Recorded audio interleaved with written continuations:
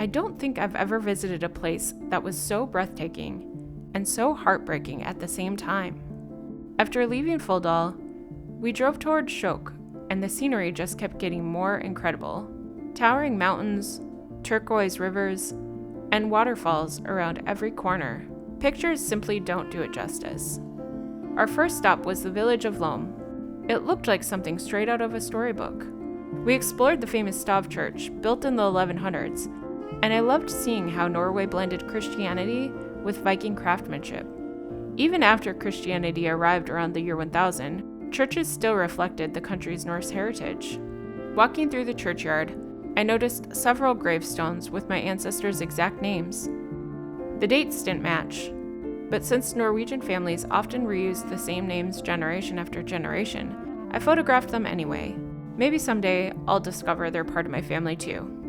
Next, we stopped at Nordberg Church.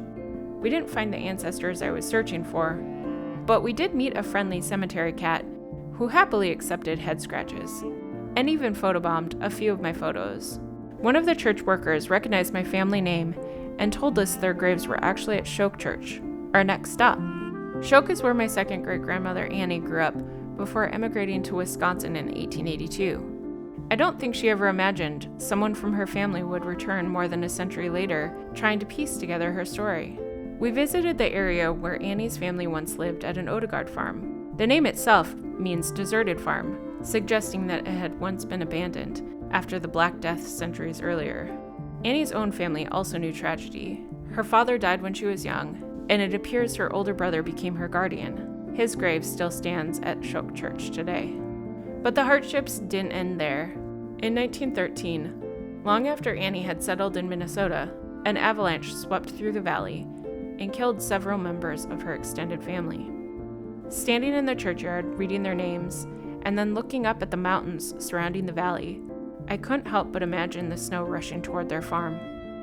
That evening, we stayed at the historic Pollfoss Hotel, falling asleep to the sound of the river rushing outside our window. Before leaving, I picked up one more rock to take home, a small reminder of Annie's homeland. Skjåk is one of the most beautiful places I've ever visited, but it's also where I felt the weight of my family's history more than anywhere else. Sometimes genealogy isn't just about discovering where your family came from, it's about understanding what they lived through.